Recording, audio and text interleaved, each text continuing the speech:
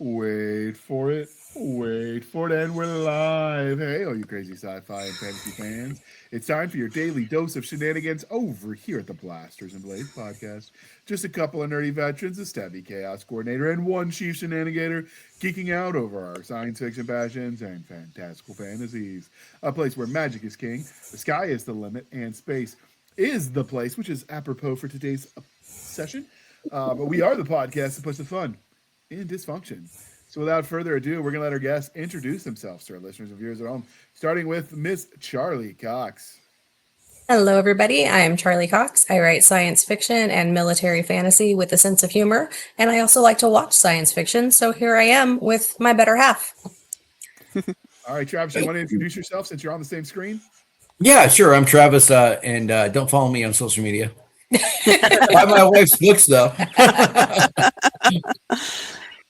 All right, and last but certainly not least, we have the one, the only Miss Melissa McShane of War Hamster and War Master fame. That's right. Too. Hi, I'm Melissa McShane. I write fantasy of various different subgenres, but I am a long-time fan of science fiction, and I love science fiction movies. Outstanding. And because we are civilized human beings here at the Blasters and Blades podcast, we are no longer knuckle-dragging troglodytes. I'm going to ask you, coffee or tea, and how did you take it when you watched this movie, Melissa? Well, you know me, it's Coca-Cola all the way, and I was in India the times I watched the movie. I'll have to share later my experience with the second time, but it was Coca-Cola with sugar, not high fructose corn syrup, and it was delicious. Oh, So, yeah. was it the Mexican Coke that they Well, call they it? don't call it Mexican Coke because everywhere outside the United States is just they make it with cane sugar. And Well, when I think Mexican Coke, I also think it comes in those glass bottles. Like they yeah, it doesn't. It comes in little bottles or little cans, and in India they have every size except for the 500 milliliter. Don't know why. Weird. Mhm. All right. What about you, Charlie? So I like coffee with cream and sugar and a little bit of ice because it's been kind of hot lately. And is that what you drank when you watched the movie? Oh, when I watched the movie, what did I watch? I think I had a beer actually. Oh. Our local theater offers beer if you're old enough and can prove it. So yeah. Cool. What kind of beer is your preference? So they have something there on tap. It's a local beer called Reformation Red. It's a nice red ale. Okay. Pretty tasty. All right. What about you, Travis? What? Beer? Yes. No, During the movie. What were you drinking when you watched the movie? Vortex, is that what it was called? IPA, whatever. Yeah. Whatever the highest alcohol content is. Because you only have 2 beers, right? So You were Melissa. You were at the location that inspired the creation of the IPA. Really? Oh, that's India right. Pale Ale. It was That is created correct. because the water would go stagnant, and Yep. they were trying to get something that would Uh-huh. be shelf stable to give fluids to the troops, and it was designed to hold up against the harsh heat refrigeration. I by did the, not know that. East Yep, India that's Trading why it's Company. called Indian Pale Ale. Yep, That is really cool. And I did not know.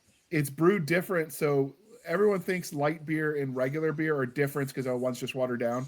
The Mhm. difference in light beer and dark beer is actually how they're brewed, Okay. and there are different kinds of hops involved. Mhm. Now, what we call light beer in America generally is just piss water.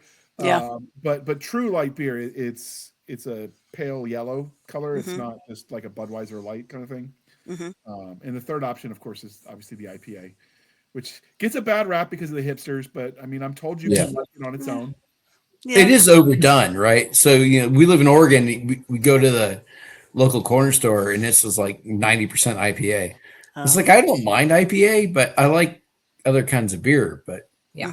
it's IPA or Coors Light. It's like, well, why? What are you going to choose? So Yeah. if I'm drinking regular beer, Well, it's really hot, so I'm drinking Coors Light. Oh. But- I'll do the Yingling because it's American made and American owned. It's like the last one left after Anheuser-Busch sold out Mm. to that international conglomerate. But I also like a local InBev. microbrewery out of Hawaii called what is it called? The Maui Brewing Company, and they have a pale light beer. It's Bikini Maui, Bikini Lager, I think it's called.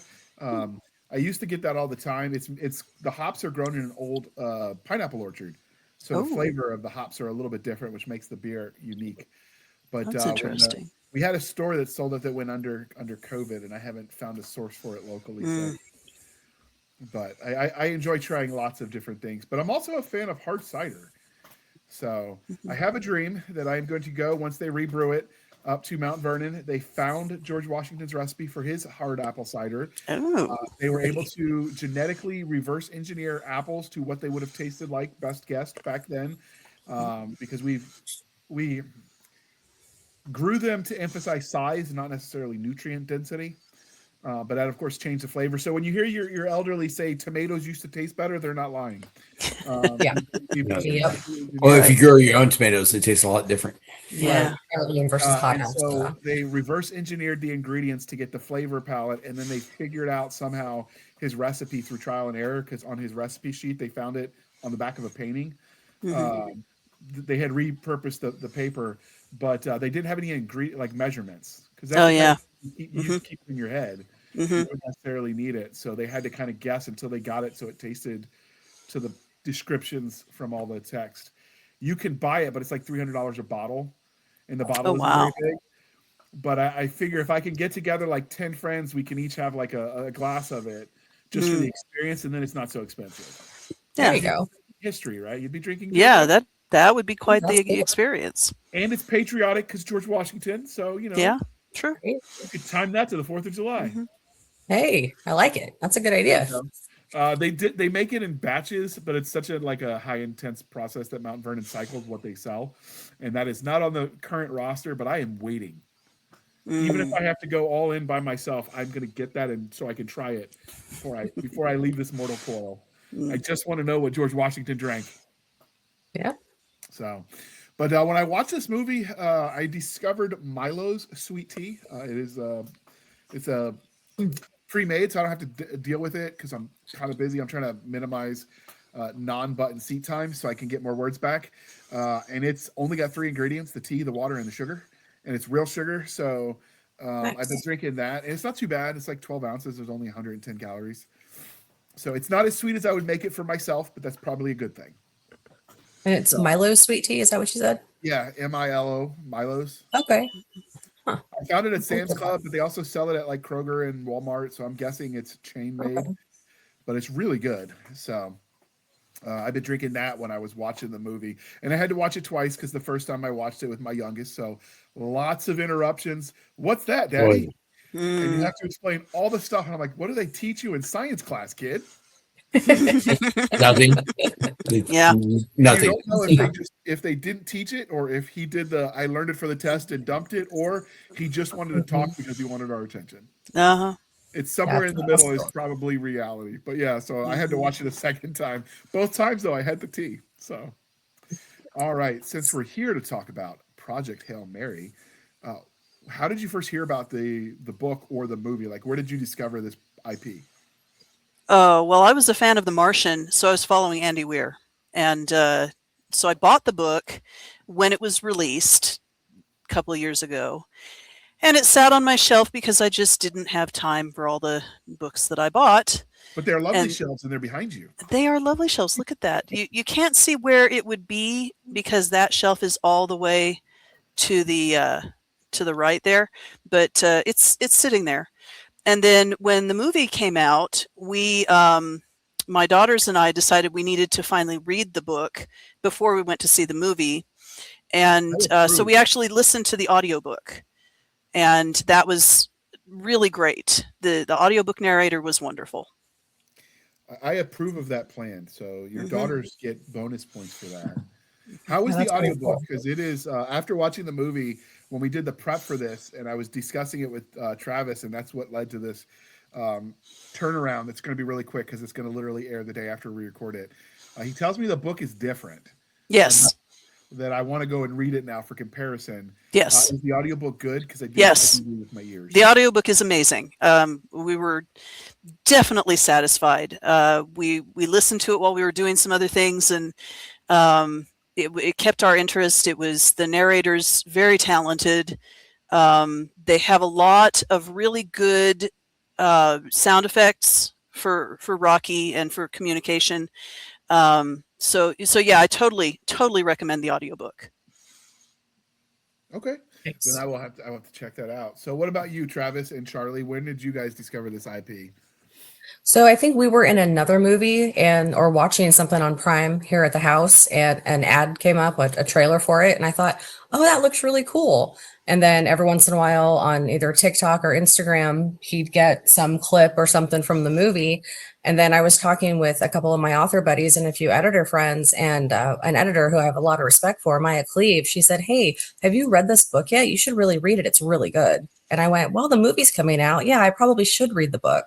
So I bought the book, read it on Kindle because that's how I devour my books lately. And then when I finished it, I was like, "This is really good. Honey, you should read this." And so then Travis read it. And then we went to see the movie shortly after while the book was still fresh in our minds. Mm-hmm. Do you concur? Don't do that. So Andy Weir is a great writer, and his prose and storylines are almost designed to be books or movies, excuse me. But don't do it in the same week. I finished it on like. Uh-oh. You broke the internet. Oh no.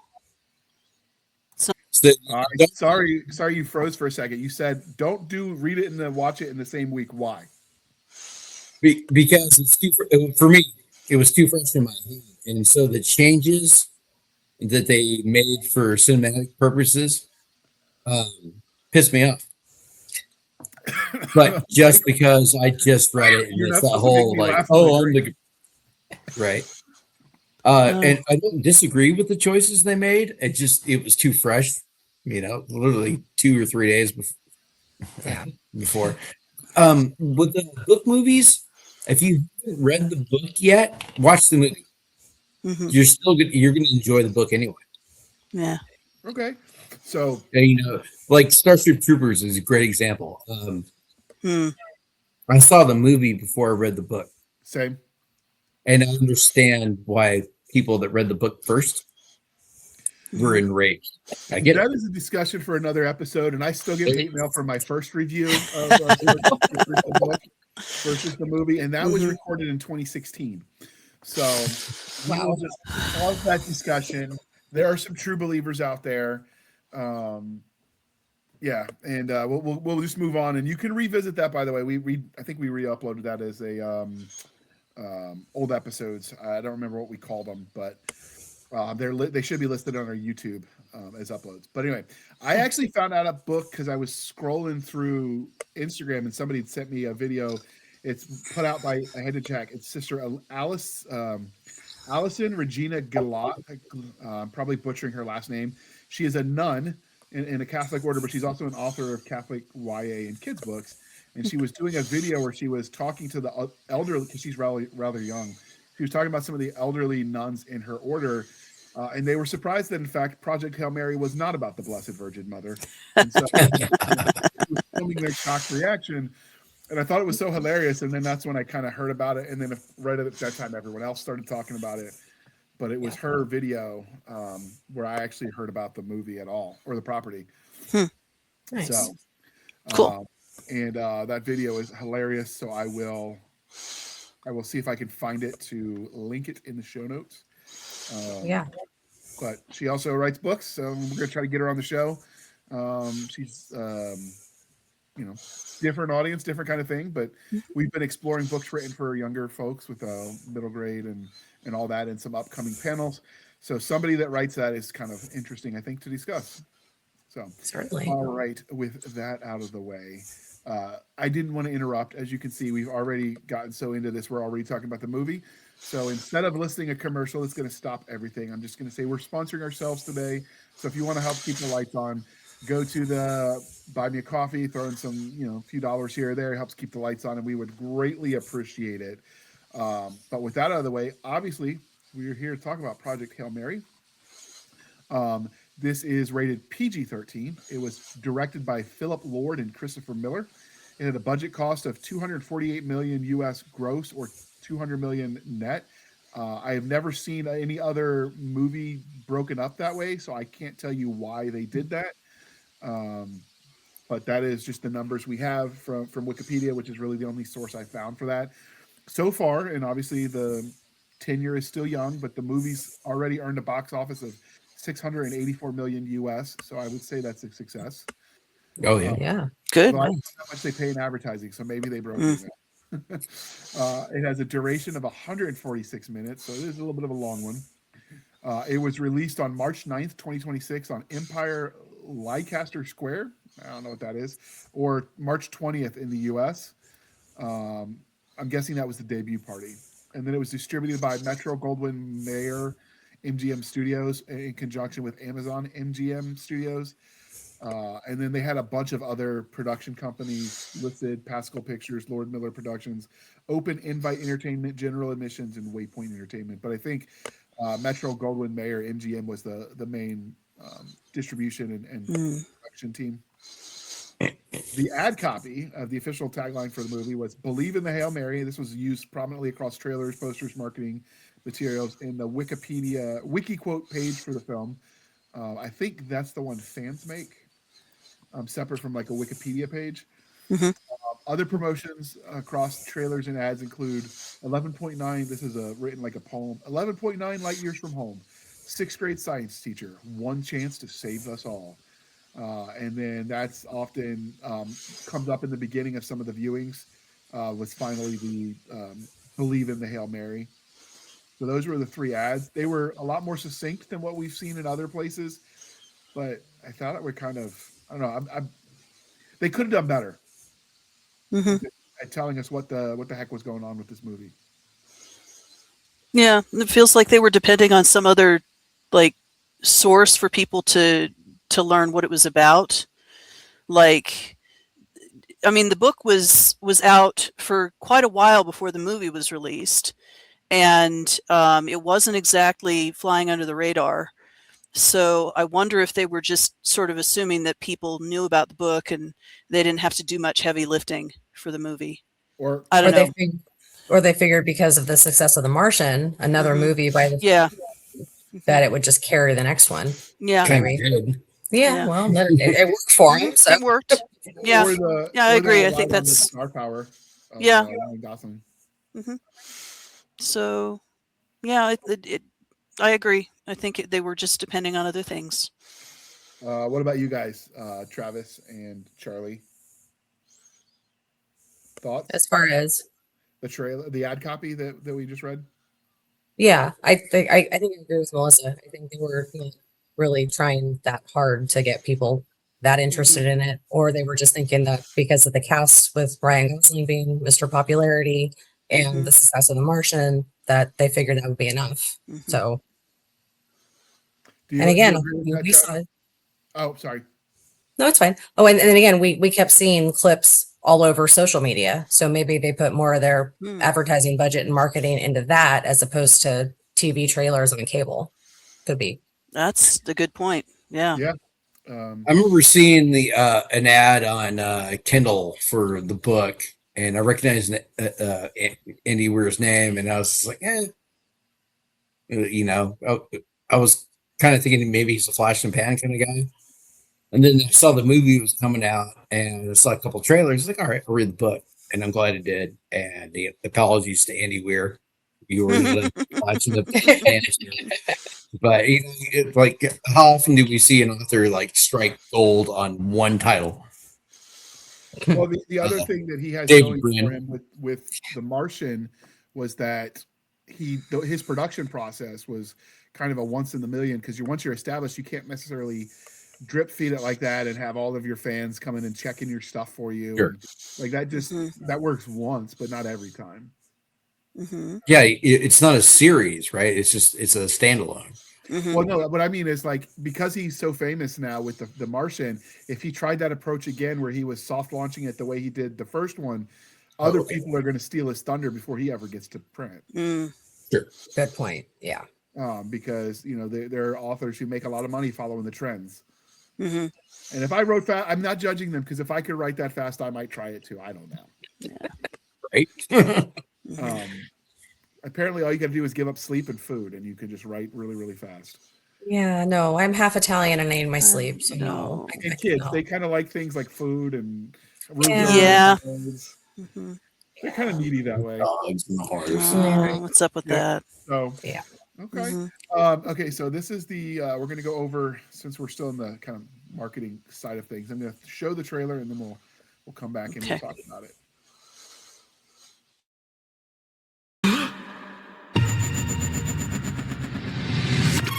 Please state your name. Ryland Grace. I just woke up from a coma. I'm several light years from my apartment, and I'm not an astronaut. I'm not an astronaut. I'm not an astronaut. If you don't go, you die. With the rest of us. The sun is dying. You are the only scientist who might know what this says. I'm just a teacher at Grover Cleveland Middle. You have a doctorate in molecular biology. I need you to come with us. This is Project Hail Mary. The sun is not the only star dying. Every star was infected by its neighbor, except one. Why? We don't know. Which is why we built a ship to go there and find out. It's 11.9 light years away. The astronauts die in space. It's what you Americans would call a long shot. Hail Mary. I get it. Who on earth is going to sign up for this? If we do nothing, everything on this planet will go extinct. You'll find a solution. You are my solution.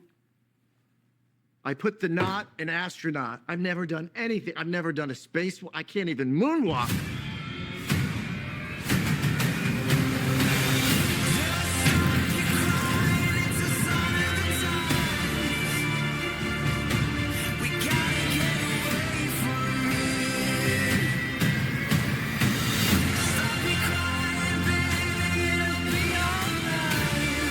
I understand the stakes. I do.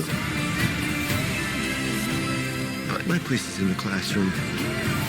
The world is counting on you. This might be very hard for you to understand. But some people are not good at things. You know who you are. You're gonna do great. I conquered zero G in 5 hours. Object approaching. Oh my God.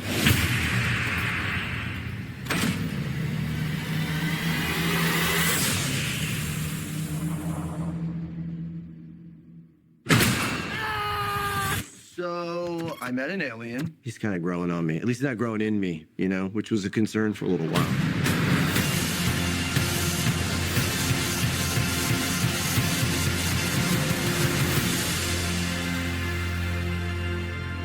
I'm Grace. I'm gonna call you Rocky. Thumbs up. No, that's thumbs down. You would do the thumbs up. It's close enough. All right. So would that make you want to go see the movie? It did, because that's Oh, the trailer we 100%. saw. It also kind of enrages me Yeah. because I remember the differences between the book and the movie that I thought were unnecessarily changed. If you want to get into Eh, that. I don't know if we're talking about that tonight, though. I think we're just talking about the movie. I'm not sure. I could be wrong. I know. I mean, We'll have it's to see. appropriate for this movie, I would think. So, It's a great movie. It's great. It's beautiful. It's all that, you know, it is. See, and I thought the adaptation was really good. So, No, I agree with you, but it goes back to what I said earlier. It's like, yeah. don't read it and then 3 days later go watch Yeah. the movie. Well, okay, except that I saw it a week after I read the book. So Okay. we Yeah. just, it's just different opinions. It's just different Yeah. approaches. Oh yeah, And I think- it's gorgeous and I it's think it's- close enough to the book. Yeah, I think it's interesting that, I mean, I don't think we can help but talk about the difference between the movie and the book, because it is a great movie. It is a great book. And so I think it's interesting when people come to it with different attitudes, because I know a lot of people who hate watching the movie after reading the book and always say, no, the book was better, and I don't understand why they made the changes they did. All of them, like no matter what it was. So it was like their personality. And I'm not saying that's Travis, because Travis is not like that. But people just have different approaches. So I just think it's interesting that I had the same difference between them, and Travis saw it one way and I saw it one way, and I think that's fantastic. So we will come back to the differences between the book and the movie when we get Okay. to the overall. So All we're right. just going to focus in this one segment about the trailer. Okay. Would the trailer make you want to see the movie? Oh yeah. Yeah, probably. Yeah. And then I'd be pissed because I'd go see the movie and go, why did the trailer tell me this was what the movie was going to be about? They focus on him on Earth more than they do in space, and I thought that was more interesting. But yeah, the trailer would get me to see the movie. Yeah, I watched the trailer after I'd already seen the movie. In fact, I only watched the trailer when I was prepping today for this podcast. I do think it was too long. I do think it did highlight one of the things I liked about the movie was the music that was in for some of the scenes. Oh yeah. Yes, the Yeah. soundtrack was Yeah, amazing. they had a great soundtrack. And in fact, made me, when I re-listened to or when I rewatched the movie today, it made me think, man, I really ought to. And I don't normally do this, but I haven't bought a soundtrack since The Last of the Mohicans, but I think I want to buy this one. This is really good. It was Another good. So yeah, I liked it. I do think it was a little long. I think modern trailers tend to go a little bit longer than they need to. Yeah. And I do think some of the big reveal they could have kept to themselves, like the alien part. I thought that was fun when I didn't know it was coming when I watched it. Okay. Yeah. Sure. Okay. Seeing that on the movie trailer, there's like, oh, okay, well now when he sees something coming at him, it's not as scary anymore because we know exactly what it is. We saw it on the trailer. Okay. So that was my critique. Is that it showed a little too much. What it didn't do is sometimes you'll get trailers that show you all the good parts and the rest of the movie sucks, and it's like, Right. I've been happy if I only watched the trailer. That wasn't the case here. There was plenty of good stuff it didn't show, but I still think it showed too much on the trailer. So if you've watched the movie, dear listener, and you want to weigh in the comments about the trailer, I'd love to hear what you have to say. So we are going to show them. Now we're going to look at the poster. So first this is obviously the book, Project Hail Mary. Okay. I got to tell you something though. Amazon went in and changed the cover of the ebook to match the movie poster. And I know this because I bought the ebook way back when, and when I went back to look at it, the cover had changed. So I think that is an interesting little stealth edit that they did. I was going to say this probably wasn't the original cover because it's too heavily from the movie, just by looking at it. Right. But I couldn't find an image of the first cover. So. Wasn't it like more orange in the background on the original cover? No, this is the first cover. Yeah. Oh, is that the first one? This is the original cover. The one he showed before was the movie poster was the one they substituted, not that.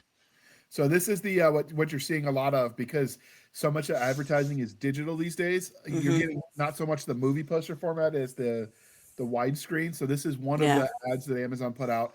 I thought this did a really good job. This made me interested. Then we have this as the poster. As one of them. So, and then the full of that one, obviously. But I also saw this one is what's on the movie itself. If you buy like the box, the DVD. Yeah, that's the one I got on the DVD, and that's the one they put on the ebook. Just they swapped out the cover. Yeah. So, I preferred the one that's on the movie poster from this. I liked this image better. The colors just pop a little bit more for me. Yeah, I like that one. And then this one, because of the astronaut, the way it was filmed, I just assumed that was from the movie. But if you look at it now, you can see, here it is. You can see the astronaut, and I didn't catch this at first, but the astronaut suit's a different color, so that makes sense. Either way, I did like the book cover. I did like this image for the movie poster, not so much the one that's on the DVD. That one is a little, I don't know. Something about that one does nothing for me. It's not as epic, I guess. No. Like this image, you see the sun, Yeah. you see the astronaut, you got everything. Or this one, you see everything that they're about, right? Like what the Project Hail Mary is. Yeah. And I like the font, which I don't normally pay attention to, but the font on this, That is cool fun. where you've got the triangle for the A's. For I don't know what reason they did that. I don't know. It's a delta, I guess, if you go to Greek, but I don't know. Well, and that means change, mathematically. delta V, change in There you go. velocity. Okay. Mhm. Okay, that makes sense. I didn't catch that at first. I'm reaching there. Yeah, I mean that's just a guess. Yeah.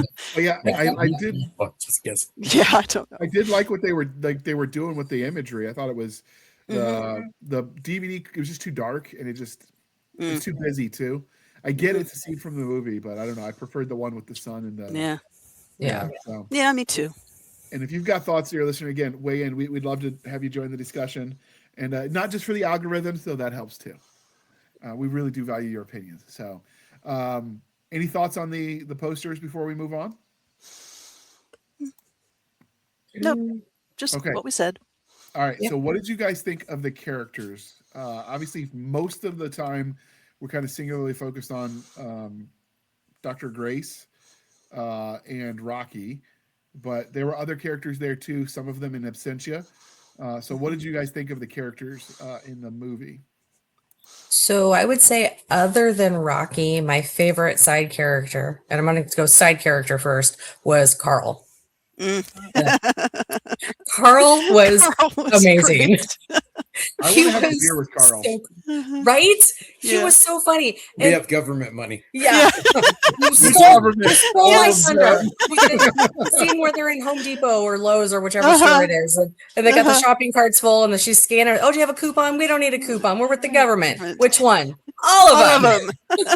Or when they're like shopping and the dudes are Yeah. trying to show each other up on how they can like get the tape into the cart. Right, like, right. Uh-huh. Total dude Right. moment. Yeah, And it's funny because Yeah. I could see myself doing that with my friends too. yeah. Um, Yeah. And the whole, do we have an expense account? You don't, but I But do. or my favorite one-liner was that one is Carl, are you sitting down? No, I'm standing up like a man. Yes. Yes, that was great. He's like, we're dads, and then I'm sitting down now. That was really good.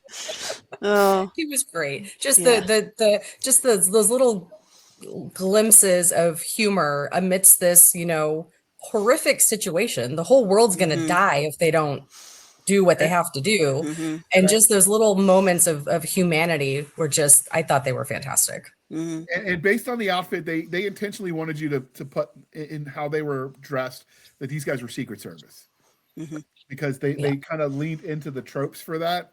Whether they were in the book or not, whether they were in the movie or not, they don't say. But Yeah. you have the dark suits, the Mhm. sunglasses, the earpiece. Yeah. Federal. Yeah, Mhm. but I mean more specifically what you see on the tropes with the Secret Service and how they stood. Mhm. The guards, like when they're building the box where they tested the anthrophage in, you see off to the side two others standing there at essentially a modified parade rest, Yeah. doing the same kind of Secret Service-y kind of I'm standing here looking important and that's all I'm doing. Mhm. Right. So I Except when really- they were eating And Skittles. then the Skittles. Mhm. Yep. oh yeah, that's right. That was great because they were still a little stiff. They Uh-huh. were doing everything except they were eating Skittles too, Uh-huh. and that was great. Which is funny because that's actually in the scene where they were shopping with the expense cart. Is you see them getting all this official stuff for the project, and then like rows upon rows of junk. Uh-huh. Yeah. Yep. Uh-huh. And if the planet is going to die soon, do you really care about cavities? Probably Right. not. That's true. Good point. So yeah, I really liked Carl. I think that was a good call. What about you, Melissa? Do you have a favorite secondary character? Oh, I loved Strat. She was great. And this is listening to the book, but in the movie too, my daughters and I were saying, we need to get buttons printed up that say Strat was right, because she was right. And Grace was not. And it was great. And in the movie, that actress, she had so many little ticks to her behavior where she's like kind of just a little bit twitch of a smile when she'd say something, and she looked sad when she would say these things, but she was determined. And I just thought that performance was really good because she could have come across as just really hard and unfeeling because So we're going to come back to her because I okay, you have what some I will thoughts. say is she also had the little mannerisms where she's trying to egg him on ego-wise. So she's looking clap now, or do like she's pantomiming stage directions to the people watching him because that's what he needed. Yeah, that was a good scene. Yeah. And So yeah, like, you almost missed it. I didn't catch it the first time I watched it either. Yeah, I just really admired her performance. I thought she came across really well, and that's, I don't know, I liked her. That's all. I like Stroud. So, my problem with her was I thought she was the villain. Really? She kidnaps the guy, drugs him, steals his. Okay, hold on. Yep. Spoilers. Yes. Yes. These Spoiler are spoilers. alert. Drugs him and sends him away from home to die. She murdered him. And they try to make her out like she's the good guy, but she stole his agency. If I don't know, maybe it's a little too Scottish, a little too German in my roots. But if I wake up and they did that to me, I'm gonna be like, "F you, humanity. I'm doing my own thing, and you can just suck it because you murdered me." Well, it's not exactly the way you want to send somebody out there when you're counting your entire existence on this guy towing the company line. Well, okay. You want to hear my take on that? Because she did all those things, and she is the villain, but she was right. She takes on the guilt and the blame, and at the end, she has been in prison for what she did. She took the blame for what she chose to do, and it wasn't good, but it was the right thing to do. So the end go ahead. Of the movie, I don't see any indication that she was in prison. Really? You pointed it out to the us. Tattoo. Yeah. The tattoo on her neck. The V with a line across it? Yeah, Travis told me about the tattoo in that pre-show. I didn't notice it. No, you told us, JR. You told us about it. Nope. I didn't notice it. No. Oh, really? Yeah, Travis noticed it. No, I looked it up. And the somebody else pointed it out to me. Maybe I brought it up to you, JR. Okay. Yeah, but yeah, it was. I mean, she's. And when I talk about my daughters because they are really into this movie too. And I'm sorry, my second daughter was not able to join us, but we had all these headcanon things about how they'd released her from prison, but she was going to have to go back, and just all sorts of things. But basically, yeah, I mean, she knew. This is clearer in the book than it is in the movie, but she knew she was going down for what she did. And she continually made choices that were going to save the human race. And she cared what happened to Grace. She cared that she was doing this to him, but she did it anyway. So in the outfit at the end, like she's wearing a jumpsuit, and I could see how someone looks at that and says, okay, that's prison garb. But I could equally say it's cold weather garb. There, she was on an ice cutter. The implication, of course, as you're watching it, is the freezing's already started. When she's in this boat. Oh, it was fairly far progressed. Yeah, I mean, it was many, many years. Right, because 11 years something like that. Well, it took him 11 point something years to get to Tau Ceti, and then the time it took for the Beatles to get back to Earth, and then implementing the research. So we're probably talking a good 20, at least 25, 30 years, maybe something like that. But something interesting regarding the tattoo and what she's wearing. Hold on, let me finish. Throughout the whole movie, I don't know if you guys noticed, she's wearing a turtleneck. There's always something covering her neck. So we never see the tattoo throughout the whole movie until that very last scene. And I thought that was a brilliant piece of cinematography. Are you maybe she was pulled out of prison to do this? Yes. That's an interesting take.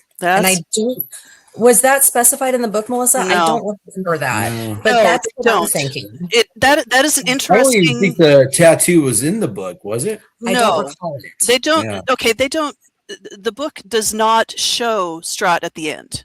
The book ends with Grace having done his job and settled in. I don't know. Are we talking more spoilers here? But anyway, but the thing. What are you doing? Yeah, but the thing with Strahd on the icebreaker is for the movie. It was not part of the book. So the clothes she's wearing on the icebreaker could have been prison garb, but it could have just been cold weather gear. That's why I didn't. Cold weather gear. It looks like vortex and fur, and No, my guess was that she had been in prison and either served her time or they'd pulled her out when the Beatles made it back because they needed someone to implement the plan. But if So you I don't didn't think know she the was in prison at the time. But if you didn't know the prison thing because you'd read the books, you wouldn't have gotten any of that. Oh, yeah, I don't think so. The other problem with this is a complaint against the movie.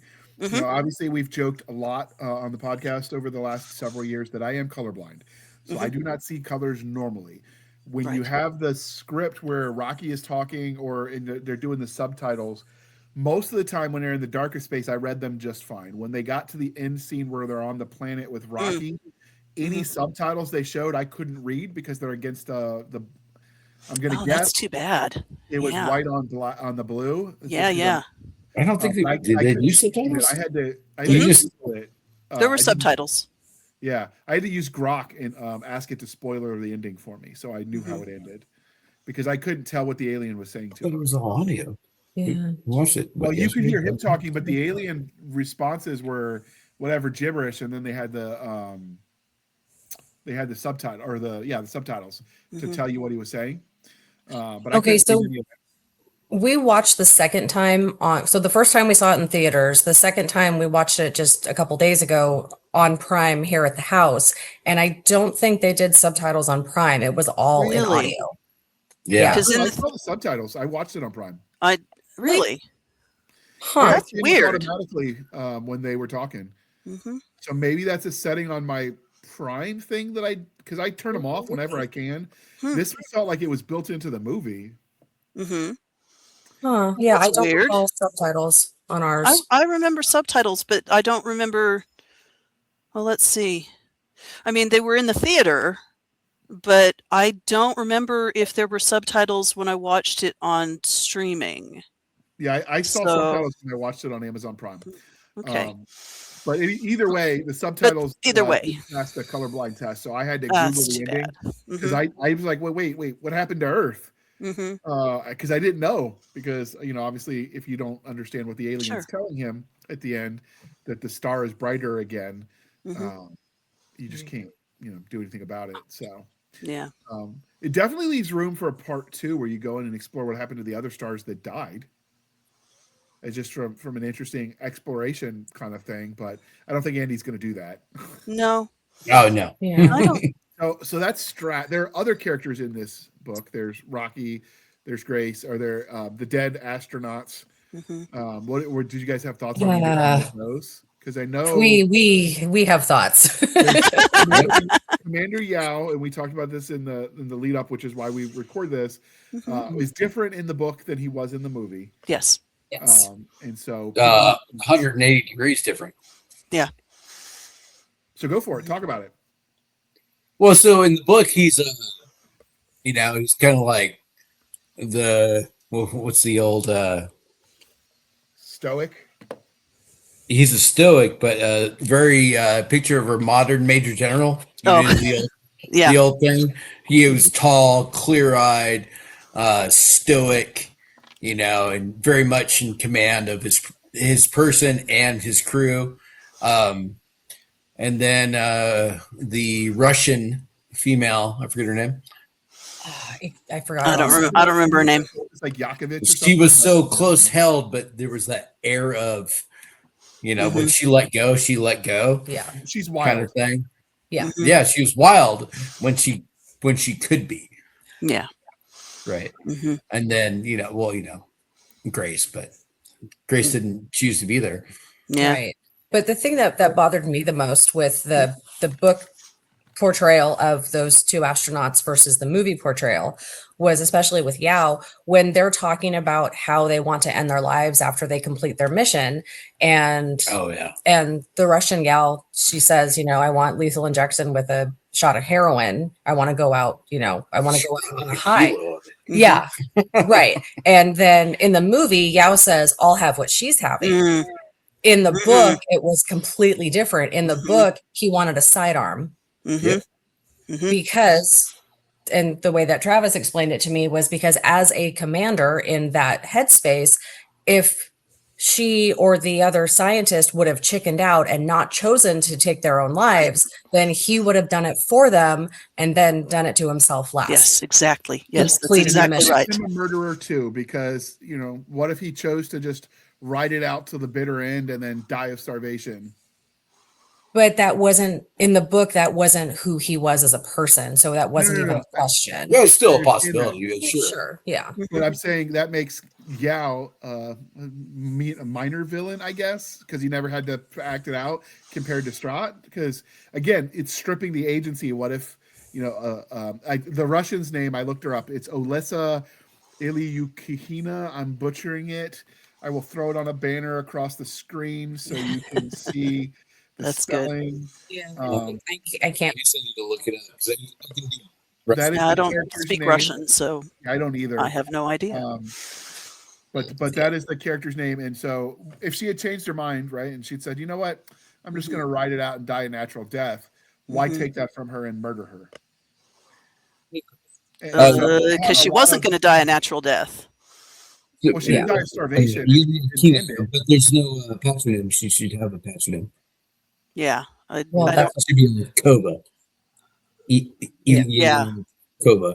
I don't remember her name. It's been too long since I've seen the movie. Well, either way, like the that's what I got from the Wikipedia. I just looked. Yeah. As Yeah. Russian. Sure.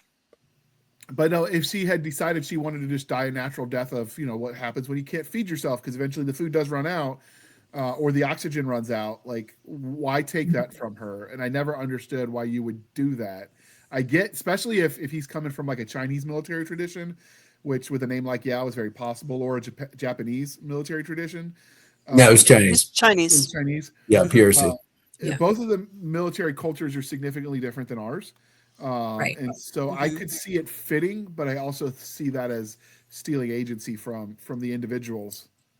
Right. And I get that and I respect it. But just as on the topic of book versus movie, in the book, I thought it was very poignant, the choice that he made. And then in the movie, they just like totally, I'll have what she's having. It's like, what the, no, why? Yeah. Why would you change that? I see why they changed it, because they had to take the emphasis away from Grace or away from Yao and from the other astronauts, because Grace had to be in the movie definitely the main character, and all of that stuff that was happening with the other astronauts, all the stuff that went around it.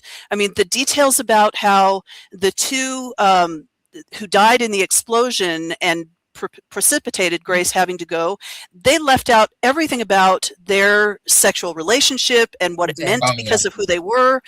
All of that had to go because it weighed down the movie too much if they included it. So it did bother me, because I thought Yao's choice, I agree with you, I thought it was very poignant that he chose that way of ending his life. And I kind of wondered if they were like steering away from guns on screen or something. I don't know, but maybe. I think they did, but they steered away from something else that kind of flattens that out. There was the whole climate stuff that kind of that was in the book, and they just like, we're not doing that. We're not going to do guns either. So I was like, okay, and that's fine. Yeah. So maybe that was it, maybe not. But overall, if they had put any more emphasis on the side characters, it would have bogged down the movie. So it's sad, because those were interesting side characters.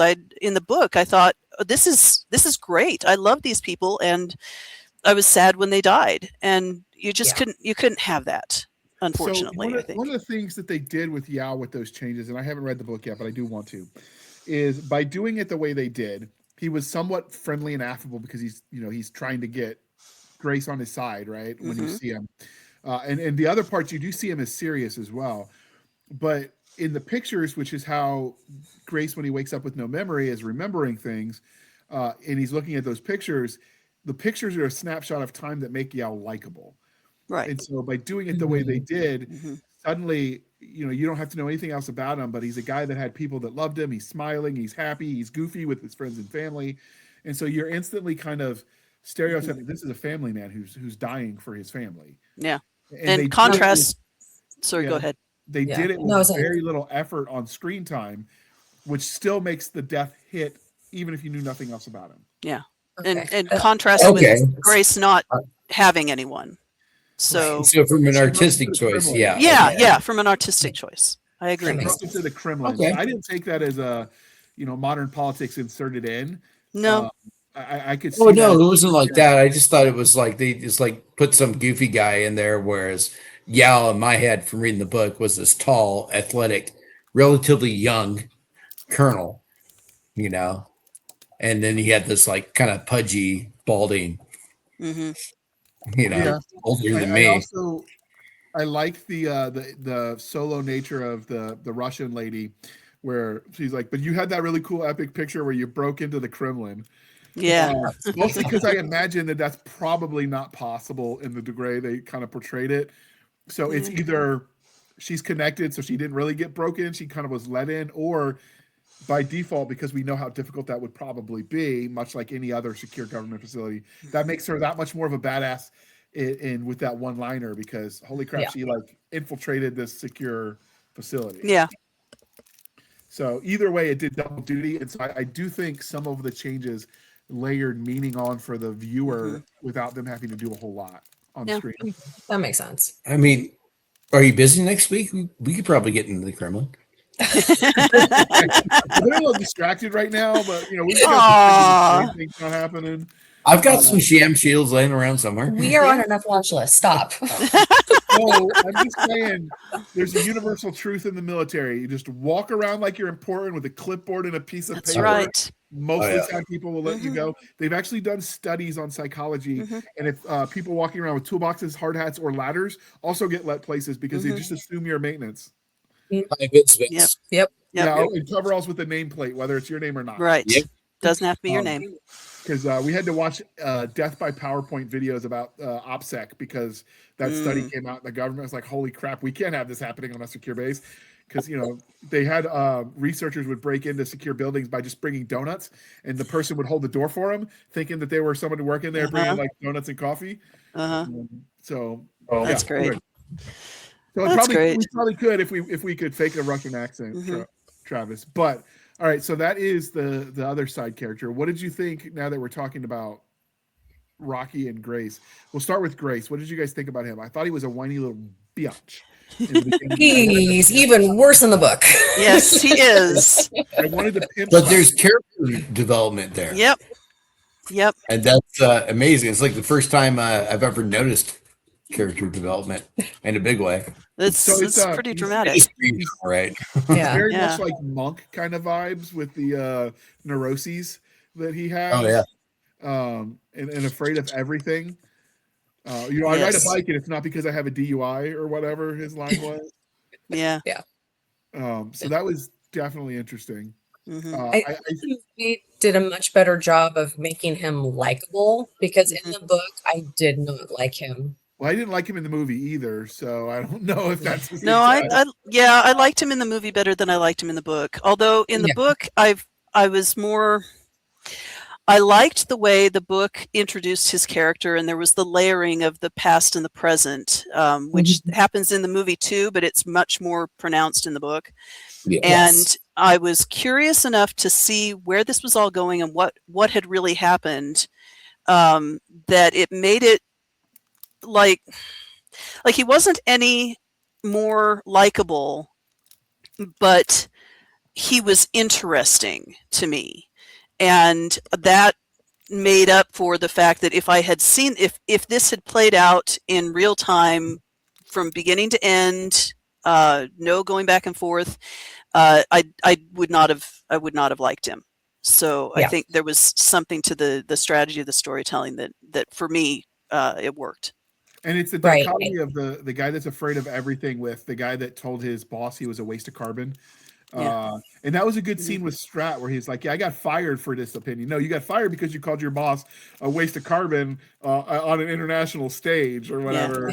Right. And contrast that guy who's saying that to the guy that's afraid of everything. It was kind of jarring difference. So you kind of wonder what happened between the two events that get you. Yeah. So I loved him from the beginning. He's really nerdy. And like an overeducated ne'er-do-well, like a boiler operator. I know a couple of them. And the other thing is, as he evolves, he's still scared, Mhm.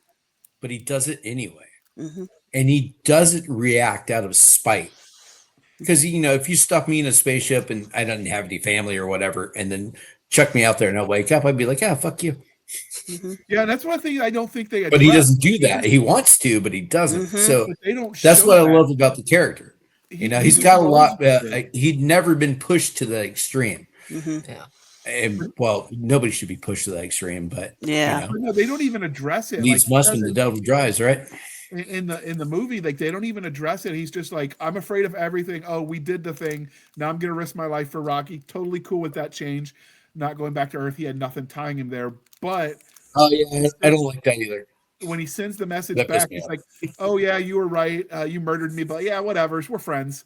Like that whole ending fell so flat from everything that had happened, and you never really see it. For me, I didn't see much of a character development. He goes from being afraid, but his nerdy curiosity mind takes over because nerds are going to nerd, and then suddenly he solves the thing because he's brilliant.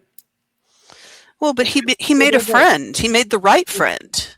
Right, You know? right, but it doesn't address the And it wasn't underlying. him. It wasn't him so much that was brilliant as it was Rocky. Rocky's the one who really solved all the more complicated problems, or at least he got to the Engineered solution them, more yeah. quickly. Yeah. Mhm. Well, Yeah. Rocky figures see it out that how way. to communicate with Grace. Yeah. Rocky's the one who Grace he doesn't does figure it everything. out. Grace does not figure it out. Rocky starts that whole thing, and then Grace kind of goes along with it. Yeah. With the whole windows and stuff, and Uh-huh. then it takes a while to figure out. It's like, oh, it's sound. It's not light. Yeah. Yeah. And they explained it better in the book because how could you explain it in the movie? Yes, It's- give the movie a pass on But that. That's hard. Yeah. they did what they could to make it make sense in a short Yeah. amount of time. And But getting into Rocky and Hold on, the but- voice actor that played him, come on now. Yeah. That was great. Before we It's go to really good. Rocky, It's affected the language. It's affected the English. Question. amaze, Words amaze, of great amaze. encouragement. Uh-huh. Yeah, even the recent orbit of the moon. Amaze, amaze, amaze. Mhm. So I didn't Right. take it as all Rocky the way you guys described it. I saw it more as collaboration. They both came to the idea quicker yeah. because they bounced it off each other. So I saw that more as a collaboration and less about Rocky solving everything. Well, it is a collaboration, but Rocky comes up with a lot of answers for someone who's just an engineer. He Yeah. doesn't consider himself the smartest one, and he really only survived out of sheer luck. So Um, there's two parts of that. One, I don't call anyone just an engineer because No. He thought he was just an engineer. I'm not saying that I Right. believe that. I'm saying Rocky thought he wasn't as important because he was just an engineer. So that's one of and- the things that people don't understand. Like when you're doing big ideas, you've got the big ideas, and then you got the people. Generally, they're engineers who have to take those big ideas and figure out how to make them work in the real world. Right. So that kind of symbiosis is what makes great inventions happen globally Yeah. all throughout history. Because the great idea is a great idea until someone says, "Yeah, but that's gonna not work because this one widget or whatever." Yeah. Right. Or you And- have too and- many coils or And Grace Right. did a lot of he's the one who figured out how to find Rocky again when he had to turn around and come back. Oh yeah. He did all the math. So it isn't that he didn't do all the work. It's just that a lot of the really big stuff was Rocky. And I think that if Grace hadn't come to terms with what had happened to him and tried to make the best of it, what Rocky did wouldn't have mattered, because Grace would just have sat back and had a pity party in the corner. And see, I don't see it the way you do, JR. I see it as this is something that he changed and he became something more than he thought he was. And Carl's the one who said it way back at the beginning, or at the beginning of their trip, that he basically that he knew Grace could do it. He knew who he was. And he had faith in him, and Strut had faith in him, and he just needed to figure that out, and he made the right friend. See, Right. I don't know. And I kind think- of saw Carl in that instance as betraying the friendship they had and murdering him in conjunction with Strat. And I couldn't get past that. For me, I'm like, I could go, petty like a mofo on that one, right? Mhm. Like you literally just sent me out here to die because you want me to work for you. Screw you. Well, they sent him out there to die because it was him or the human race. yeah. But I mean, that again, doesn't that doesn't necessarily make it right. It just means that the stakes are different. Well, one Yeah, thing but that I thought was beautiful was the relationship between Grace and Rocky, because let's face it, if the two of them hadn't have met, both of their planets would have died. Yes. Yeah, that's right. So it's really a very much a found family story because Grace had nobody. Rocky wouldn't have been able to get home without Grace. And so Yeah, the two of them really are the dual heroes. I totally And agree. on top of that, because you got to like, Rocky's specialty is engineering, building the spaceships in this context.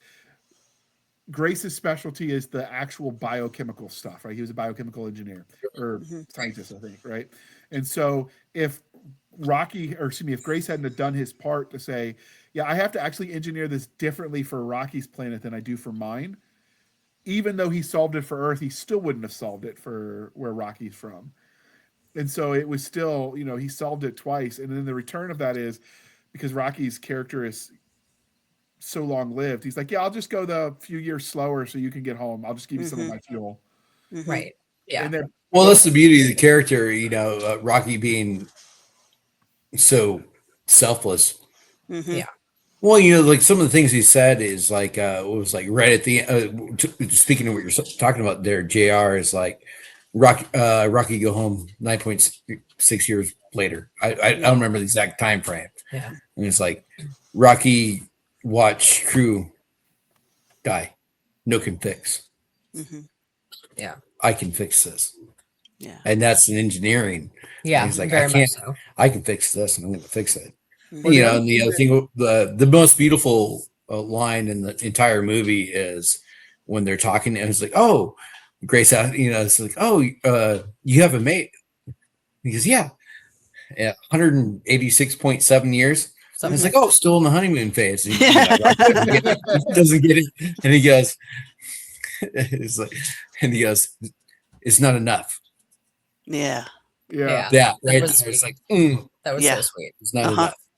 And yeah, I kind of like that too, but they also went big for each other when they were saving each other, like when the end climax stuff happens.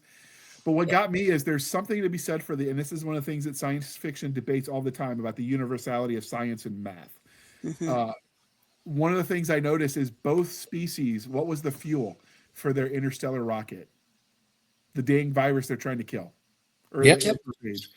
Both of them came to the conclusion that was their fuel. Yeah. Which I thought was fascinating and an interesting statement by Andy Weir in creating the idea, because we do believe that math is the universal language, right? Of course, that's assuming that, is a base 0, through 9 number system.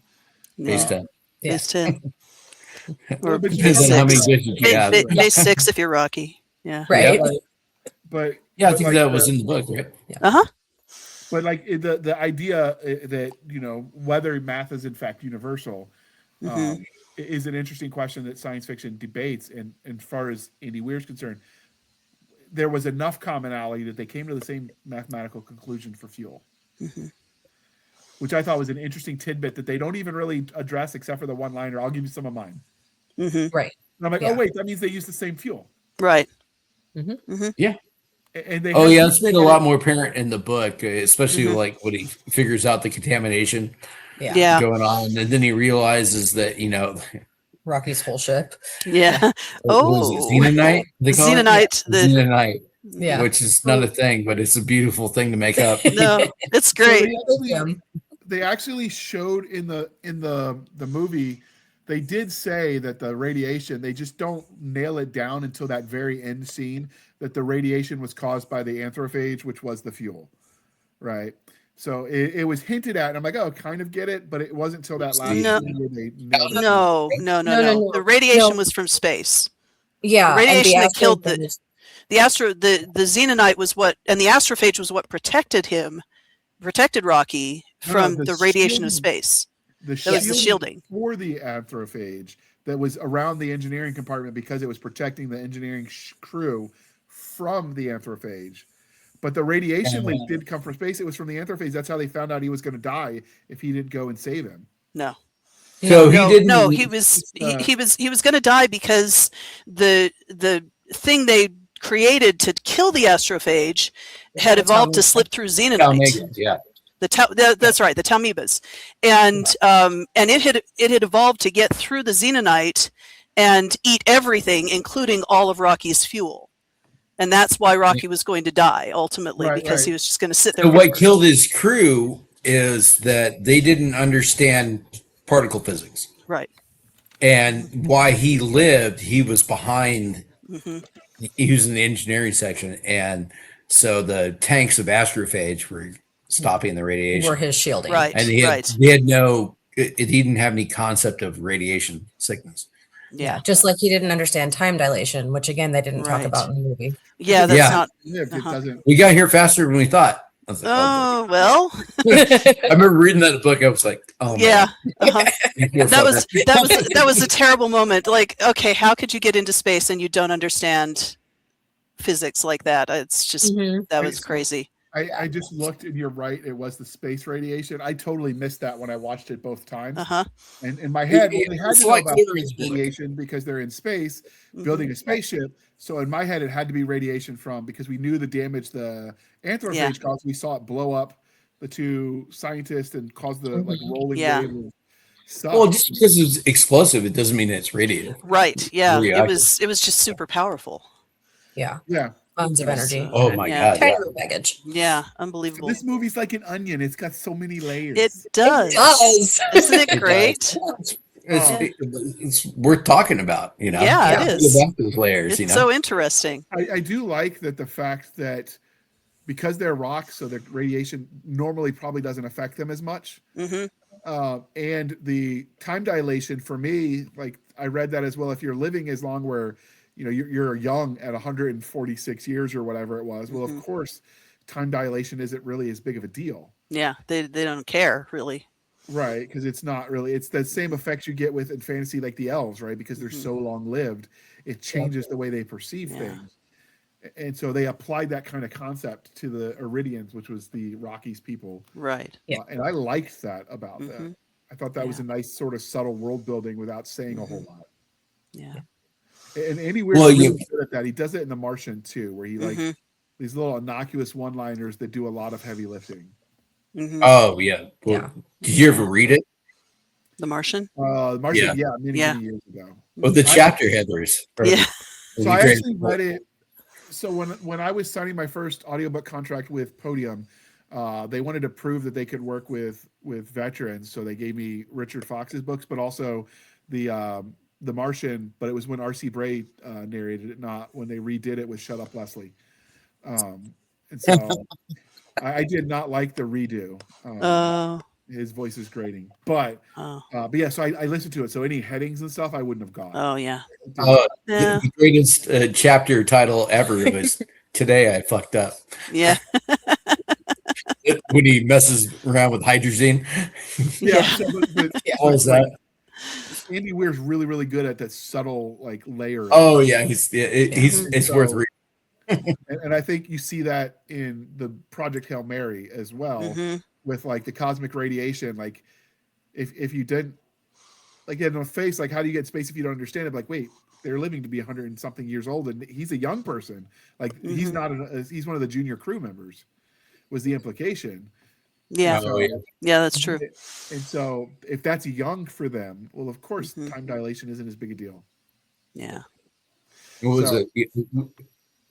He was in the system for like 47 years before. Yeah, it was some like 40 some Yeah. years. I don't remember exactly how many, but yeah, Something I like think that, you're right. yeah. I think you're right. The So he'd been mental there for a while. resilience. Yeah, 47 years by yourself. by yourself But With all your dead friends. with everyone dead. Yeah. I Yeah. liked Rocky as a character, especially some of the quirks. Like he couldn't do the thumbs up; he did the thumbs down. Yeah. Uh-huh. And his one-liners. I think at the Uh-huh. end, the implication was he knew he was speaking a little bit off. He was just having fun with it. Yeah. Yeah. But 'Cause, by that time he'd figured it out. They had Uh, a long time to and whoever out did the the details. voice acting for Rocky, Jay Ortiz. that Oh my dude gosh. nailed it. He was also the puppeteer. And Oh, that's right. yeah, he was also the puppeteer, and he developed a lot of stuff when they've got the scene. My daughters have been into this, so we would tell me things. And when they did the scene where they were trying to figure out a voice for Rocky, the first two that they do is actually him doing, fake stuff, and then they get a bunch of people, and they get Meryl Streep, and then finally settle on what he's actually going to sound like. But I thought that scene was hilarious. Where they were going me through all the too. voices. Oh, that's great. That was great. Yeah. How was that handled in the book? Because you lose some of that. I mean, like they're not. It was very similarly handled in the book. He's just scrolling through on the laptop picking names, and I can't remember if the Meryl Streep thing's actually in the book. I want to say it is. I don't think it is, but I don't remember think it because I listened to the audiobook, and so I didn't see how they represented it visually. They would play music. Okay. They would play a little stave of music at the beginning when they were first introduced, when Rocky first met Grace, and when Rocky would speak, they would just play music in the audiobook. And so I haven't read, I am going to read the actual book because my work is doing book club and September is Project Hail Mary. Oh, nice. And so I am sort of affiliated with running it a little bit. And so I have to be there anyway, but I'm going to finally read it. So I'm curious to see how that goes. Yes, it's really interesting. They did actual music notes in the text. Okay. And then the text. Oh, so when Rocky was speaking, it was music notes. And if I could still remember how to read music, it probably would have made sense for me. It was like, music notes and then text is how they did it in the book. And then they had the different voices. What do you think of that one? Or whatever it was. And then they scrolled. Yeah, then they scrolled through however many, and then they landed on the one. Yeah, that's the one. I like it works a lot better in the movie because you can see Rocky's body language. Yes. Yeah. And, the puppeteering and stuff with Rocky was it was brilliant. spot on. Yeah. I had a hard time visualizing what he looked like when I read the book. Mm-hmm. But apparently so did Andy Weir. Yeah. Apparently he can't visualize his characters. No, he doesn't. And he said that when he sees the movie, it's like retroactively that's who the character is now. Yeah. Now Grace is Ryan Gosling. And makes sense. in his head. So I thought that was interesting that he didn't really have a visual but the body language of Rocky is yeah. It's great. So how long does Slug last? So I actually it's one of the things I don't know if I've mentioned, but with my traumatic brain injury, I forgot how to read music. I'd have to reteach myself. Oh no! I'd be curious if anybody that can read music who has also read the book would weigh in on those notes. Is it gibberish? Does it actually just random notes? Is it actually Yeah, I would love to know because I was genuinely curious when I was reading. I'll have to look because I do read music. I no longer have a piano, but I could probably figure out if it actually makes sense. So it just looked like a bunch of bars to me. Yeah. No, it was. They were very. I'd like to see if they did because some of those notes that they did in the audiobook were really complex chords. They weren't just a line of melody. So it'd be curious. Right. Yeah. It goes up and down this long. Yeah. So I'd be curious if the actual notes in the book, if they are in fact actual notes, are the same ones they used in the movie. That would be interesting. Yeah, I agree. Yeah. That would be cool. All right. So what did you guys overall, besides the quirks that we talked about, what did you guys think of Rocky as a character? I actually enjoyed him. I thought his snark and one-liners and stoic demeanor, which is partly language issue, partly him just messing with Grace. Mm-hmm. But Grace messes with him too, so it goes back and forth. Yeah.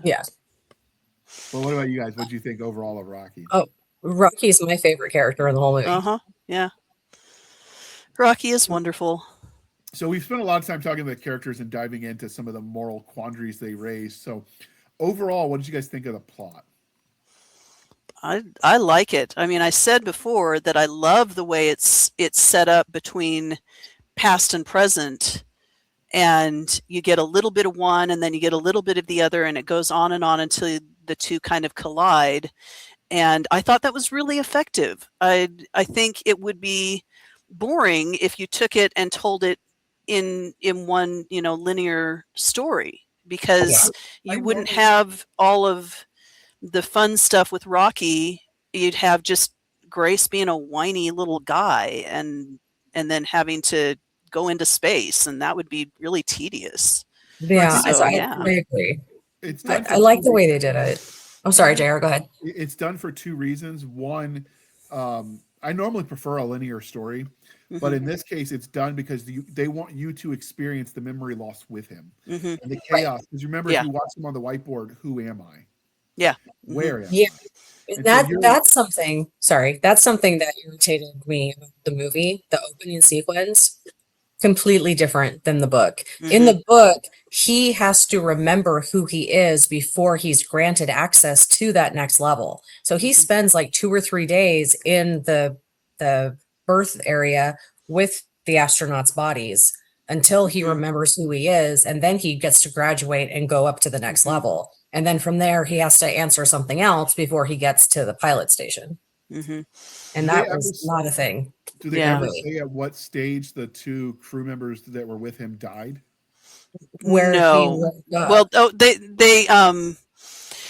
he kind of guesses as to like how desiccated they are in the book, like how long into the journey they died, but I don't think that was important to the movie.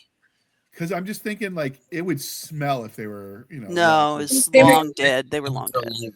Yeah, and they were encased in bags, I believe. Yeah, but he opens it when he does the burial, and he looks at them, and, Yeah, I don't know. This smell like jerky. They were completely. They were so dehydrated. They were just. They were dehydrated. Yeah. Hey, so desiccated. Do they say why it failed in the book? Well, the whole thing with the only so many people could do the hibernation thing. What was it? What they call it? The coma, the medically induced coma. Yeah. And the failure rate was what, 33%? Something like that. Yeah. So it was just 1 out of 3 survived. So. And in the book, I think there were 2 different reasons. One of them they just died, and the other one the machinery failed, I think. But I don't remember. It's been a while. The other thing was the machinery in the book was hilarious. Oh yeah, it was. He's like he wakes up, he has no idea what's going on, and this thing's like shoving him back into bed and like shaving his face. Yeah, it's shaving him. It's like he's got no idea what's going on. He's like fighting this thing. So that was the other question. Were they in just a sleep, which means his body did age 11 years, or was he in some sort of stasis? Yeah. So he was in a coma, and he was hooked up with electrostatic things. No, because he was. Remember, right, to wakes up, manipulate his muscles. Right? Yeah. That's right. I forget what that's called. Yeah. So the muscles are being exercised the entire time. They're under 1G of boost all the way there, so you don't have that atrophy from being in. No. What I'm asking is, if he's in cryostasis and he's being kept in a coma, he's not cryostasis. He is 10 years older. Right. Yeah. Well, that's going to affect things too, because right. Yeah. If the colonel in the movie, or commander they called him, but if he was a colonel, he was already an older guy. So I mean, it wouldn't surprise me if he just didn't live long enough. Oh, that's a good point. Yeah, I don't know. They didn't really mention it. Yeah, it's like early. Or late 30s, early 40s. And I think they don't mention it because so much of it is all of it's from Grace's point of view. And if he doesn't know, he can only speculate. Right. Or they can be unreliable or. No, it's just his POV. Okay. Yeah. He doesn't know what he doesn't know. He doesn't. Yeah. Know. True. So overall, though, I like the plot as well. I thought it was an interesting idea. And Andy Weir is really good about putting in like larger ideas that make you think, like the morality of sending him out into space and not giving him a choice, or of Commander Yao's, I'm going to murder you if you don't make the suicide choice I want you to make. Like all of that are like deeper ideas of when is it okay to cross moral lines. I like that about Andy Weir's writing. There's room for popcorn, reads. I enjoy those. I write those, but there's also room for the deeper, you got to think a little bit more about larger issues. And that's probably my favorite thing about science fiction in general. I like things that make me think, that make me question things. I love that. And this movie definitely did that. It was enjoyable. I liked it. I'm not a fan of present tense writing, but the way that it was done made perfect sense for this project. And it worked really well. So when you're present tense, it's him in space. and past tense is when he's having those flashes of memory. And I think Andy Weir did a phenomenal job of that. I agree. That was excellent. Okay, so what did you guys think of the cinematography of the movie? So not the plot or the characters, but how it was actually filmed, as far as like camera. Oh, it's fucking gorgeous. Oh, it's beautiful. Beautiful. Yeah. Especially the planet, Adrian. Mhm. Oh, Adrian. my breath away. It's Mhm. beautiful. Yeah. Well, the And whole it's scene when he's weird. outside, right? Oh, yeah. Doing the capture Mhm. thing. And Yeah. He does the backflip. Yeah. no, I hadn't realized, and it's true. If you match speed with the orbit of the planet, you actually get the gravity of the planet. Uh-huh. So they're sitting on the tail, basically, Yeah. firming, That so looked they could great. do this whole maneuver. And I was like, I didn't even know that was a thing, and I thought it was bullshit. And I looked into it. I was like, oh my god. Yeah. I like. Well, how really else would cool. it work? Yeah. Now that you think about it, it's like, well, how do airplanes fly? Yeah. Right. When it comes to the film, I actually enjoyed one of the set decisions they made where some of it was like not oriented in the right way. So he's like turning his head sideways and cocking his body a little bit to see, oh, okay. He's talking about like angles in space, like, you know, where gravity and all that. I like that they, with the coffee cup that's sideways on the whiteboard. Yeah. magnetized. Yeah. Uh-huh. I like those decisions. Mhm. Yeah. Because they don't explain away gravity with, you know, whiz bang tech. It's the movement is the gravity, and when the gravity goes away, orientation changes, and they factor that in visually without Right. dealing with it for most of the way. Right. So I really And liked that. yeah, and whenever they engaged the centrifuge, in the book, everything was upside down, Yeah. Yeah, that's which would be really hard to film. But Yeah. Yeah, So they made good choices for that, for They did, making up yeah. for what was, you know, different between the book and the movie. It was Yeah. that's my biggest complaint visually with the movie is that is not at all what the ship looked like in the Mhm. book. Oh, yeah. There's even diagrams in the first few It's pages. just like, Yeah. why change that? Just to put Well- a bunch of cool solar panels on the side. You're going to be in interstellar space where you're not getting very much light. So why? Yeah. Well, Yeah. I was watching, I think it was Adam Savage going into the props department or the manufacturing department, people building the things for the show, and they put in so much effort, and there is so much detail that is just not obvious, that wasn't even necessary. So I figure, looking at that, okay, yeah, there were diagrams of the ship, and if they chose not to utilize those, they probably had a good reason, because they put in so much work. So I don't know why. It is a little frustrating, because, you know, I had a visual in my head of how it looked, but I think they made some really good decisions in terms of I mean, well, probably, I don't know, does world building count with creating the world of the Well, so movie? that's next. Okay, so that's where I think I want to talk about that. So I will say that from a cinematic angle, I really like the planet at the end where they land on Iridian, and they see this artificial habitat they built for him to say thank you, because he's like, he saved the whole planet, right? And they gave him the job of training the kids because he was a teacher at heart. Yeah. It was beautiful.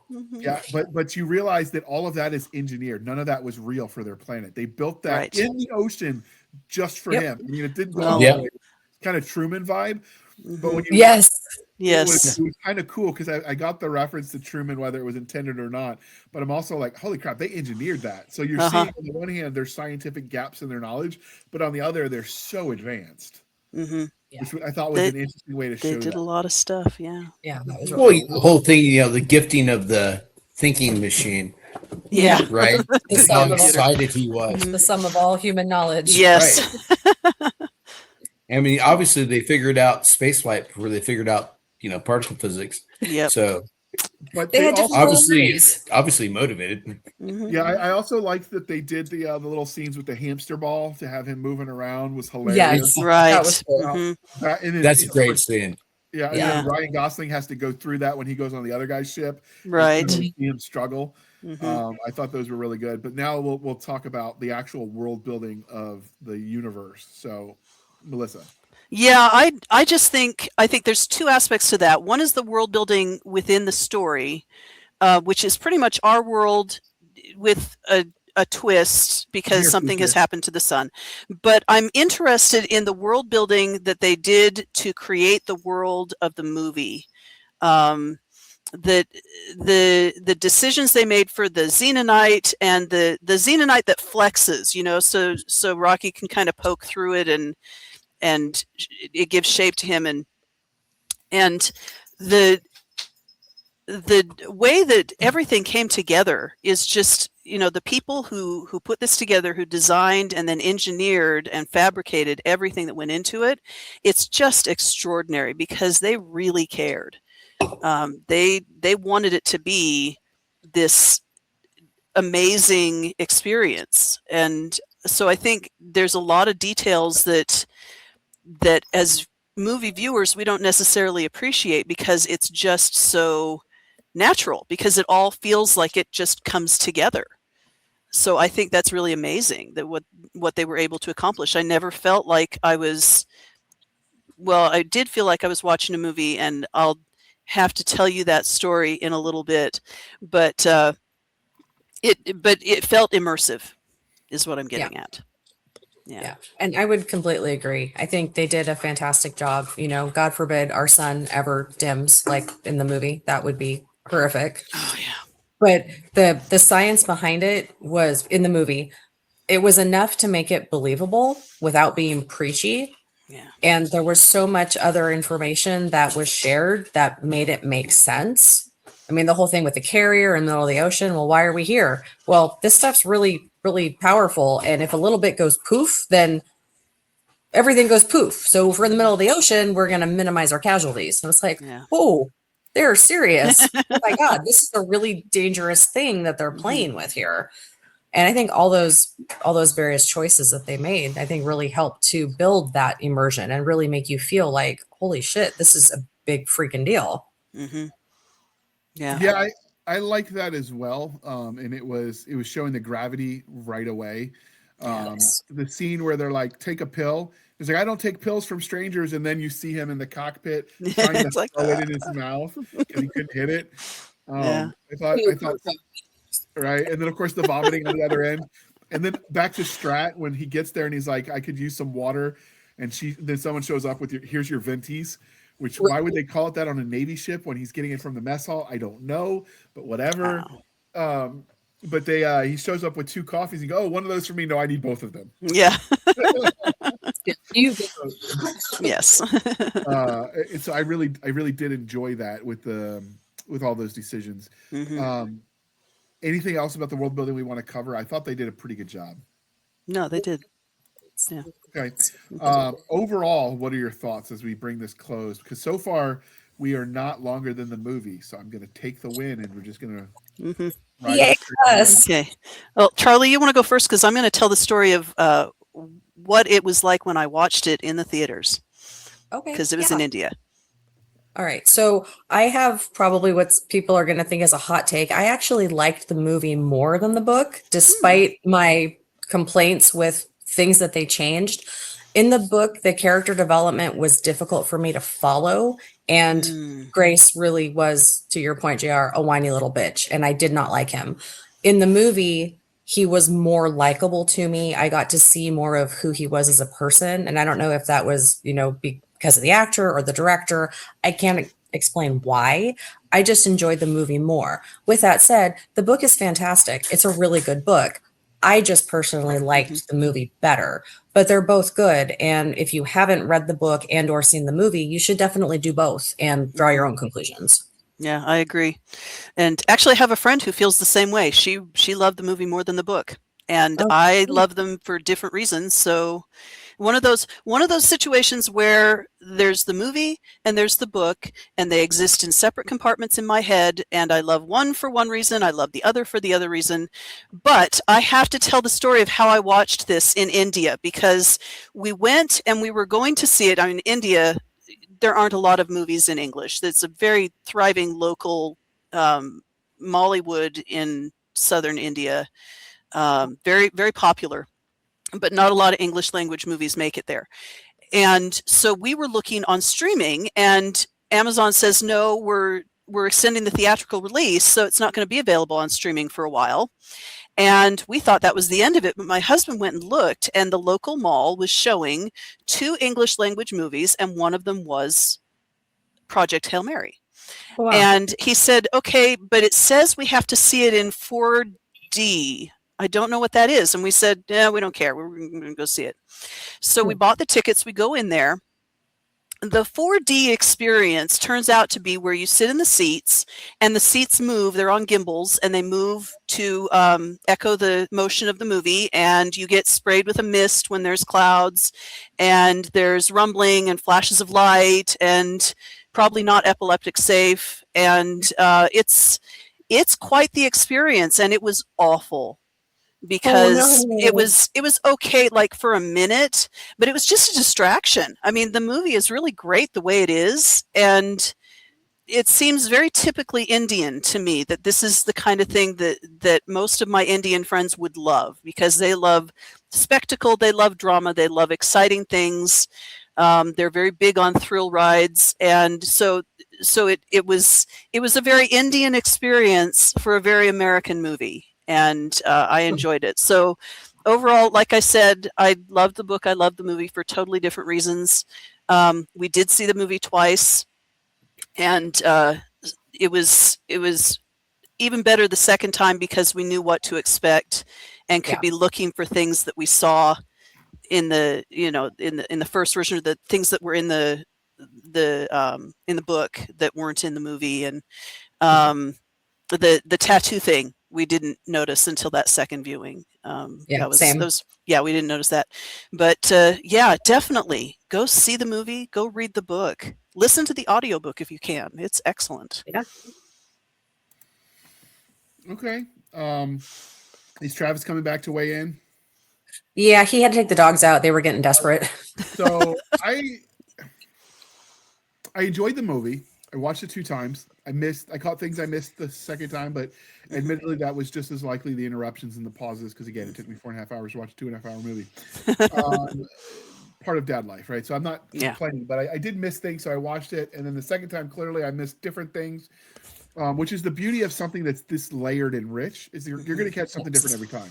Yeah. It's one of those books that you could reread and get something different. So I don't really necessarily have complaints about that.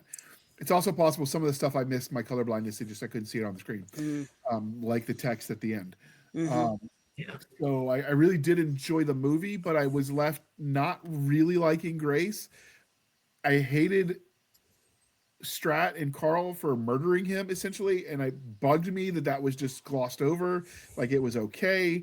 And I'm like, no, she murdered him. And then he's just like, oh, you were right, happy-go-lucky, like, let's smile and hug at the end with that video he sent her. So I don't know, like, on the one hand, the movie in itself was good. The larger ethical and moral questions are something interesting to think about. When we talked about this with, it was Charlie and Travis and I, we were just mentioning it after the interview we did with her for her second Fate Wars book. We ended up speaking for like 2.5 hours, I think, in the after show, where we were talking. It's a long conversation. We were ranting about things, and like, foul language was involved. That's a good thing, right? It made us. We were thinking, we were having larger discussions on what this means and when it's okay. And maybe because as a veteran who's been to war and been given the rules of engagement and known.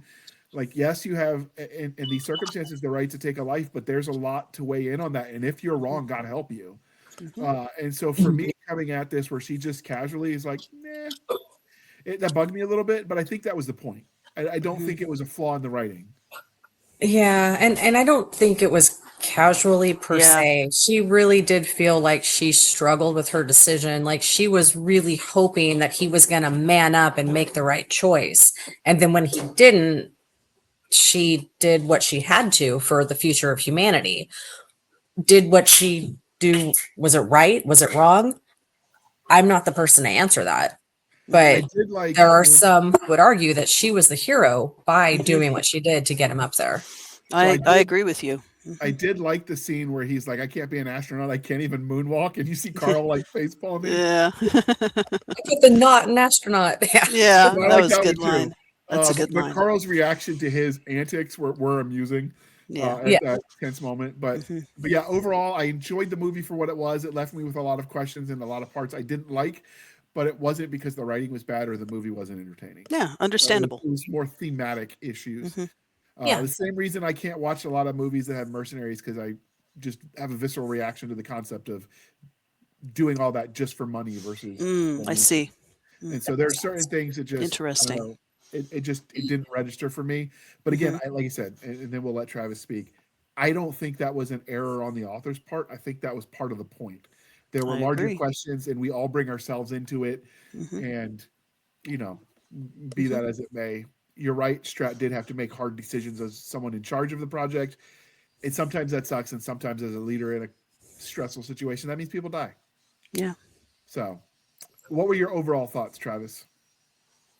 Oh, largely aligned with yours. The moral dilemma of forcing somebody to do something that they don't want to do. I don't like that theme. It doesn't mean that it's not a theme or it's not realistic or whatever, but I just don't being forced into that. And it was kind of manufactured, right? Like, oh, only so many people can undergo this procedure. So, it's manufactured, right? If you're healthy human, then you're not that far apart from the rest of the healthy humans. But it's a contrivance to drive that moral dilemma of what is right and what's wrong. And it's ugly to look at, because would I make that decision? Oh, I would. And I'd feel shitty about it for the rest of my life, but I'd do it. Mhm.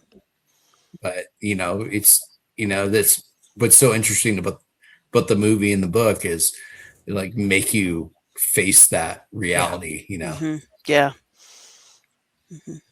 Yeah. It's awful, and I think she was played very well. I don't know the actress. I don't either. Her name, but Her name's Sandra something. Sandra Huber, I think. yeah, and she's Scandinavian. Yeah, No, she's Sandra German. Fuller, is the She's actress. German. I think she's German. Yeah. So She's a German Well, the actress. character is German too. So The actress is German, but so Sandra functionally, Fuller is German. functionally the same thing. yeah. You know? Yeah, she played the role extremely well. Yeah, she did. Well, and Melissa, maybe it was.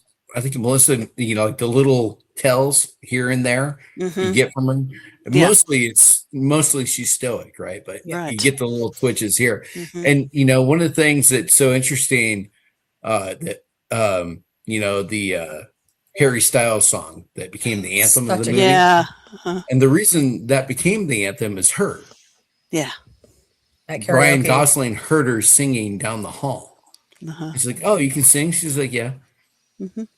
I was in the youth choir or whatever it Yeah. was. So the whole scene, during karaoke was because of that. Yeah. And she's like, "Will you sing for the movie?" She's like, "Yeah, but only this one song." So Gosling himself has to reach out to Harry Styles to get the rights Oh, funny. for the song. Yeah. I love it. I love when art becomes like that. Mhm. He had That's to wonderful. And Harry Styles was cool. He's like, "Yeah, sure." Mhm. That's a great song. I love It's a that. great song. But yeah, I like I said, I think the soundtrack is going to be amazing. I'm going to actually look to get to Oh, download the Beatles. all of it. I thought it was a good collection. The country song that I've never heard before that he was dancing to with the stand that he threw the girl. But no, it was the guy's silk robe in Right, I Yeah. remember. Uh-huh. I thought that was pretty funny. But that song was like, oh, this is kind of a cool song. Mhm. So, all right, this is the part, dear listener, where I'm going to ask you to weigh in because I am interested in what you have to say. I think this is an interesting one that has lots of deeper meanings, and I'd love to have those conversations with you. And if you want to come on to the podcast and talk about it, specifically themes that were in the show, we could definitely do a part 2 where we focus on those larger themes instead of just the movie or the book. But reach out, let us know. with that, this is the part where I ask you to please be kind and speak your mind on the reviewing platforms. Your reviews help the right readers find the right book. So do your part. It really does make a difference. And with that, Charlie, where might we find you on the wild, wild interwebs? You can find me at charliecox.net. Notice how it's spelled. There is no E in Charlie. If you put one there, I don't know where will end up, and I take no responsibility for your typos. That's right. You can also find me on Amazon and all the socials, and I have a small YouTube channel. I'm also on TikTok and Substack. So you find me wherever, give me a follow, send me a friend request, and let's hang out online. And Travis doesn't want you to follow him because he wants you to buy his wife's books instead. I will say, as a kept man, he does want more beer, so please buy more of her books. Oh, very important. Those cores won't buy themselves. Right? No. And I would like to get him on away from the Coors budget and onto a Yingling budget so he can shop American. If only we can't get it here. Oh, that's right, because it doesn't make it all the way to. It's because it's made locally. They limited production. Well, I only drink Coors when it's hot. Yeah. So when it's cooler, I drink pub beer. Yeah. All right. And so you could find me on my website, jrhanley.com, and all the rest will be in the show notes. And what about you, Melissa, if we want to stalk you on the Wild Wild Interwebs? My website is melissamcshanewrites.com, where you can sign up for my newsletter, get information on new releases and stories about my cats. And my storefront is nightharborpress.com. You can get signed books, ebooks, audiobooks, book bundles. Our deal right now is a 4-book bundle on the Dragons of Motherstone ebook series. And take a look at my website and see what catches your fancy. So on a scale of 0 to Ben Franklin, how librarian are you about your book collection? Do you make people sign in blood when they check them out, or do you not even let them leave the building? I'm more of on the scale of 1 to 10. I'm an 8. I am very concerned about how nice my books remain, but if I loan it to you, I'm willing to get it back damaged. So I just don't loan out the ones that are really rare or valuable. Do you have your own library card where they check it out? No, but I do have a database that allows me to check books in and out, and people do have records. So if you are special, you have a record in my database and you can check out books. Yeah, that's what, if you didn't know Ben Franklin, because books were a sign of wealth back then. And when they lent you a book, they tracked it down because a lot of fights were started with estates settling up. It's like, hey, you borrowed this book, we want it back. That's right. And I am very, very careful about keeping track of who has my books and where they are. And for the record, they did nothing wrong when they hunted them down and challenged them to duels to get their books back. I don't think there's anything wrong with that. There's nothing wrong with that. Nope. And I would second that if someone ever stole my books. I had the entire Rick Riordan collection in hardcover. I lent it to my boss, my last job, and then she moved. And she moved with my books. Oh no! Big mistake. Yeah. And I don't think she was being like sketchy. Like she. No. It just happens. She's a Navy wife, and they didn't give her a lot of notice because her husband went from enlisted to officer and quickly got his like duty station. And they were like orders to gone in like a week. Yeah, that's just a scramble. That's just a scramble. It's probably nobody's fault. But I realized that I'm like, oh, Ben Franklin, I get you now, brother. I get you. Yep. Now. Yeah, I can't loan out the Harry Potter series because I have the first American edition in hardcover, and they're just too nice to let people take. So. Right. If you want to follow us as a podcast, dear listener, we have our Linktree, linktr.ee, Linktree/Blasters and Blades Podcast. Again, Linktree/Blasters and Blades Podcast, where we link to all the things: the BitChute, the Rumble, the YouTube, the TikTok, the Twitters. We've got our Spotify, our Discord, our Blasters and Blades Facebook group and Facebook page. You can email us at blastersandbladespodcast@gmail.com. Again, blastersandbladespodcast@gmail.com for professional purposes only, people. Save the shenanigans from Stabby Stab over there on the Instagram, the Twitter, and the email. You can support the show by going to buymeacoffee.com/author J.R. Handley. Again, buymeacoffee.com/author J.R. Handley. These episodes aren't free to produce, and we appreciate your patronage. So when you do go to that Buy Me a Coffee link and drop a few bucks our way, be sure to put in the comment section this is for the podcast so I can attribute it appropriately. And with that, I would like to thank you for spending some of your precious time with us. For my crazy co-host, I am J.R. Handley, and this was the Blasters and Blades Podcast. We'll be back next week at the same time, where we'll indulge our love of nerd culture, cheesy jokes, and all things that go boom. Wait a minute. I really ought to have a tweaked ending for the ones where we're doing like extra bonus episodes, because I just realized you're probably not going to get very many Saturday episodes from us. That's true. But we'll be back the same time, Monday, Wednesday, Friday as a general rule. And lastly, before we hit the end button, dear listener, I will tell you, I know it sounds like we talked over each other a little bit. Unfortunately, there's some lag tonight when we were recording it Friday night with StreamYards. There's nothing any of us can do about it. And generally, those kind of lags happen once you hit record, because we were having no issues pre-show. Nope. There's not a lot we can do about that, because their servers, sometimes stuff happens that we can't control. And if I had enough money to control it, I'd build my own dang server. With that, I will finally hit the end button. Thank you all for listening, and thank you, Melissa, Travis, and Charlie, for coming on. Thank you. Thank you. This was fun.